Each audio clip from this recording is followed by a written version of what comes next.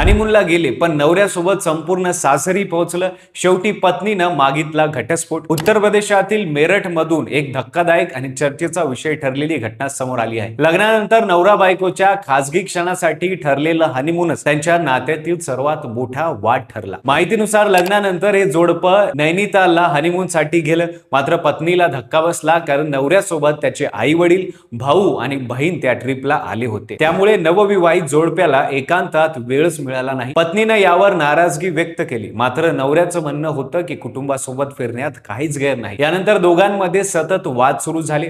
प्रकरण आणखी बिघडलं जेव्हा दुबईचं ट्रिप नियोजन करण्यात आलं. पत्नीला वाटलं यावेळी तरी फक्त दोघेच जातील, पण नवऱ्यानं पुन्हा कुटुंबांनाही सोबत नेण्याची इच्छा व्यक्त केली. अखेर हा वाद पोलिसांपर्यंत पोहोचला. 3 वेळा समुपदेशन करूनही दोघांमध्ये कोणताही तोडगा निघू शकला नाही. पत्नी आपल्या निर्णयावर ठाम राहिली आणि शेवटी तिने घटस्फोटाची मागणी केली. सध्या ही अनोखी घटना सोशल मीडियावर मोठ्या प्रमाणात चर्चेचा विषय बनून हनीमूनला कुटुंब की फक्त नवरा बायको यावर जोरदार चर्चा रंगली आहे.